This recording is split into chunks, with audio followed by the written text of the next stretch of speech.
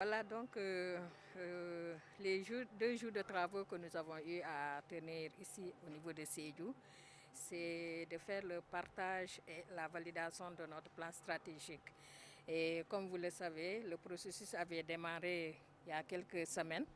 Nous étions à Ziguinchor pour faire le bilan des diagnostics qui ont été faits et valider aussi les bilans, partager les résultats du bilan diagnostic avec le consultant. Aujourd'hui, la phase de Sédhiou, c'était de partager le document et de le valider avec le consultant. Et durant cette phase, on a invité des structures techniques, et les collectivités locales, et pour au moins que ces partenaires, ces collectivités locales puissent apporter leurs remarques, leurs suggestions au niveau de ce plan. Et à la suite des travaux, le consultant doit tenir compte de toutes les suggestions, des commentaires qui ont été émis lors des 2 jours de travaux pour les intégrer au sein de ce plan. Et ensuite, il y aura une dernière validation après avoir intégré ces remarques. Parce que lors du bilan diagnostique, il a été ressorti 4 axes. Parmi ces 4 axes, il y a un axe qui tient en compte ce volet de la production et de la commercialisation. C'est pour vous dire que c'est un point très très important qui est pris en compte dans l'élaboration de ce plan. En ce qui concerne Sédhiou, qu'est-ce qu'on peut noter? Oui, Sédhiou fait partie de la coopérative parce que la coopérative regroupe les 3 régions, Kolda, Sédhiou et Ziguinchor.